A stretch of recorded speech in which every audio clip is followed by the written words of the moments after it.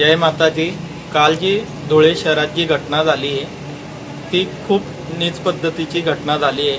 आपल्या देशात चाललं काय आहे, प्रत्येक राज्यात प्रत्येक गावात रोज बलात्कार होत आहे। स्त्री सुरक्षित नाही आहे की बाळ या देशात सुरक्षित राहिलं नाही। सरकार झोपी गेलेलं आहे ना, यांना फाशी होते। यांना आमच्या ताब्यात दिलं तर आम्ही तरी गोळ्या यांना घालू, कारण की हे फार चुकीचं होते। आज तो स्वतःला भगत म्हणवून घेत होता। हे एकदम चुकीच्या गोष्टी घडत आहे। आमचा पूर्ण खानदेशील भगत डांख्या मंडळी आमच्या जोगती तुतेपंथी समाज एक होऊन या घटनेचा जाहीर निषेध करत आहोत।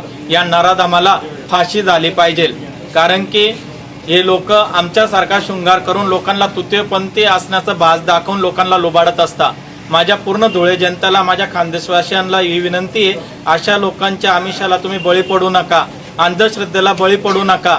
हे काय तुतेपंथी नाहीयेत, हे माणसं हे पोट भरण्याकरता आमच्यासारखा शृंगार घालून भगत म्हणून तुमच्या दारापर्यंत येत असतात, तुम्हाला बोधून नेत असतात। तर तुम्ही या चुकीच्या गोष्टीला, अंधश्रद्धेला बळी पडू नका। श्रद्धा ठेवा पण अंधश्रद्धा करू नका। कृष्णा भगतचं करायचं काय?